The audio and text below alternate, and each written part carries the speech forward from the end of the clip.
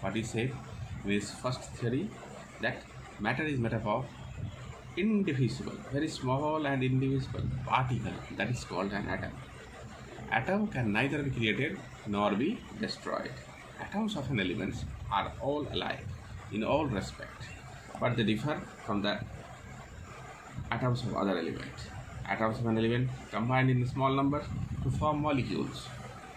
Atoms of one element combine with atoms of another element in a simple ratio to form molecules of compound. Say for example, say hydrogen plus oxygen.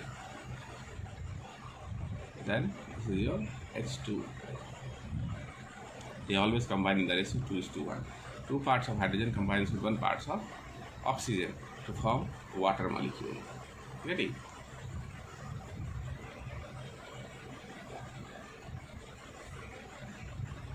Now, the latest research of an atom has proved that most of the postulates of Dalton's atomic theory was incorrect, except that atom take part in chemical reaction. Now, one of the first indication that the atom consists of subatomic particles, that is, they are made up of charged particle, has been put forward by the studies of static electricity and the condition under which electricity is conducted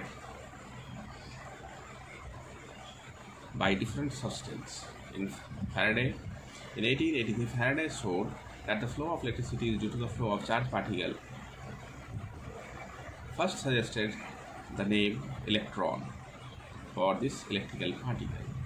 Now, however, it was J.J. Thomson who showed the existence of this charged particle and thus discovered electron, negatively charged particle. E. Goldstein, a German scientist, discovered proton. Later, James Chadwick discovered neutron. The electron, proton and neutron are called the fundamental particles of atom. These particles are the building block of all the atoms of element.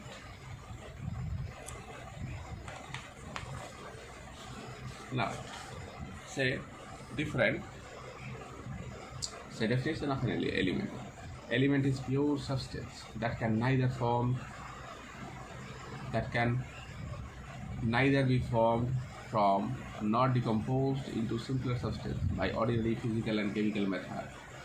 For example, carbon is an element because it cannot be split up into two or more simpler substances by ordinary methods like heating, breaking, passing electricity. Radioactivity. The process of radioactive decay at a high energy nuclear reaction can transform one elementary substance into another. Now, definition of an atom. An atom is the smallest particle of an element that exhibits all the property of that element. It may not exist independently but take part in every chemical reaction. For example, take a small piece of zinc and grind it into small pieces. All these pieces show the properties of zinc. On grinding them further, they break up into fine particles which will show the property of zinc. But there comes a stage when the particle cannot be further subdivided into particles exhibiting the properties of zinc. These individual particles are the atoms of zinc. Now, discovery of electron. William Crookes, what he had done, a discharge tube is a hard glass tube fitted to the two metal plates. And when a current is passed, it is having a beam of electrons like this. It is being done in a discharge tube. This experiment has been done in a discharge. This is a discharge tube. Now, these are the electrodes which are being connected here by an induction coil. This is the induction coil, and here a vacuum pump is there to reduce the pressure. Now, pressure is 0.01 mm of mercury.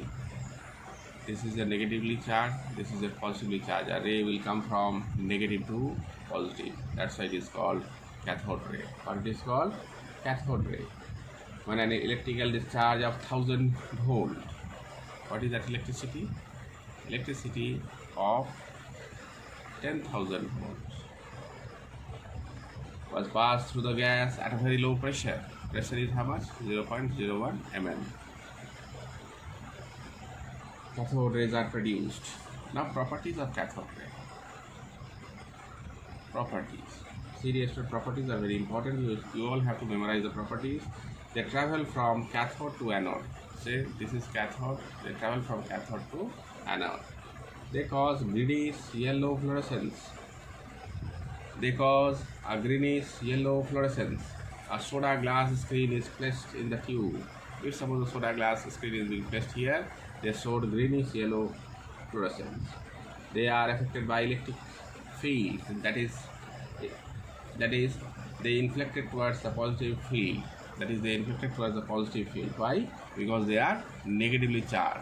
Why? Because they are negatively charged. All will deflected towards the positive field. This field is being put here. Say this is a positive charge, and this is a negative charge. If electric field is being kept here like this, then they will deflect towards the electric positive part. Now, when a beam of cathode ray is made to fall upon a metallic target, when a beam of cathode ray is made to fall upon a hard metallic target like tungsten, X-rays are produced. They penetrate through the matter. They cause ionization of gas through which they pass. The ratio of E by M of the constituting particle cathode rays remains same, irrespective to the nature of gas taken in the metal tube forming the cathode. They produce shadow of an opaque object placed in their path. If some any object is being placed here, they cast a shadow of this object here. A shadow is being created here. That means all the cathode rays particles are traveling in a straight line. This property shows that they all travel in a straight line. Really? Again, I am repeating those properties of cathode ray. Say that they travel from cathode to the anode in a straight line. They cause greenish yellow fluorescence when a soda glass is placed in the tube. They are affected by electric field. That is, they deflected towards positive field, as they are deflecting from a negative field. When a beam of cathode rays is made to fall on a hard metallic target such as tungsten, X-rays are produced. They penetrate through matter. They cause ionization of the gas through which they pass. The ratio of charge by mass of the particle constituting cathode ray remains same. They produce shadow of an opaque object placed in their path and make the light paddle wheel to rotate, and it will rotate also. That means what? They are having a motion. Thomson concluded that cathode rays consist of negatively charged particle, now called electron. The negatively charged particles are the integral part of atom. Electrons have both definite mass and definite charge, both of which are independent of the nature of gas in the discharge tube. Now, properties of electron. Electrons from all sources are alike, having identical mass. They are constituting part of all atoms. The mass of electron is 1 by 1837 times the mass of hydrogen atom. An electron carries unit negative charge of magnitude 1.602 into 10 to the minus 19 coulomb. And an electron is extremely small, and its radius is 1 into 10 to the minus 15 meter. An electron may be defined as a subatomic particle having a unit negative charge and a mass equal to 1 by 1837 of hydrogen atom. It is denoted by a symbol -E0, or you can write like this -1 0. This is the symbol of representation of an electron. The superscript 0, it represents its mass, and subscript -1 represents its electrical charge. Atoms are found to be electrically neutral, so they must contain in addition particles they are positively charged, such that total negative charge of electron is equal to total positive charge. This realization leads to the discovery of positively charged subatomic particles called proton. When a high voltage of current is passed through a gas taken in a discharge tube, electrical energy breaks up the atoms of gas into negatively charged particles and positively charged particles. Now, discovery of proton. Like the same, a cathode ray was taken, and now here the rays are being passed from anode. That's why, if suppose a perforated cathode is being kept there, it is having a number of holes, then when the ray will come, it will pass through this number of holes. This proves that they travel in a straight line. Anode rays travel in a straight line. They consist of minute particles and hence they produce mechanical effect. They are made up of positively charged particles. Why? Because they are originated from anode. Positive rays are deflected by electric and magnetic field but in direction opposite to that of cathode rays. This means that these rays consist of positively charged particles called protons. These rays produce fluorescence on zinc sulfide stream.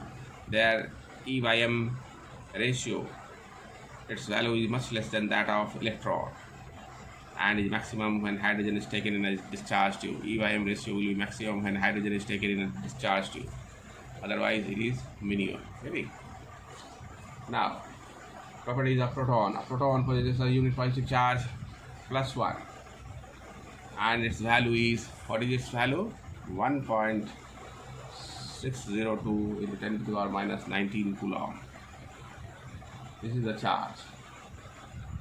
Its mass is same as that mass of hydrogen atom, that is 1 AMU, atomic mass unit, is equal to, that is 1837 times the mass of electron, which is equal to 1.672 into 10 to the power minus 24 gram. The proton resides in the central part of the atom, that is the nucleus. Proton may be defined as subatomic particles having mass 1 atomic mass unit, that is equal to hydrogen atom, and has a unit positive charge. It is denoted by a symbol. What is the way to denote proton? +1 1. Getting? Superscript 1 represents the mass, that is 1 atomic mass unit. This is the charge. After the discovery of electron and proton, J.J. Thomson and plum pudding model of atom. According to this model, an atom is considered to be a sphere. An atom is considered to be a sphere where a positive and negative charges are embedded in it. The total positive charge is equal to the total negative charge, so that atom as a whole is electrically neutral. The mass of atom is considered to be uniformly distributed. This was J.J. Thomson's plum pudding model of atom. Now, discovery of nucleus. Now,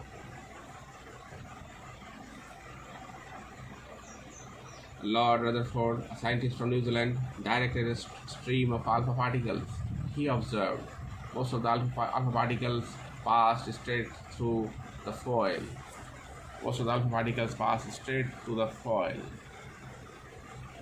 Some alpha particles were deflected from their straight path. Some are getting deflected to the straight path. Now, very few alpha particles were either deflected very large angle or complete bound back. So once they completely bounce back.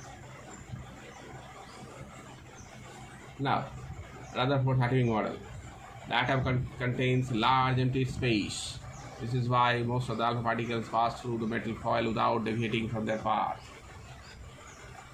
There is a positively charged mass at the center of the atom, known as nucleus, in which entire mass of atom is concentrated. Therefore, nucleus is the densest part of atom. The electrically positive charge of nucleus is supported by the fact that positive charge alpha particles approaching to the nucleus get deflected. The size of nucleus is very small as compared to the size of the atom. This proves that the fact that most alpha particles pass straight through the gold foil.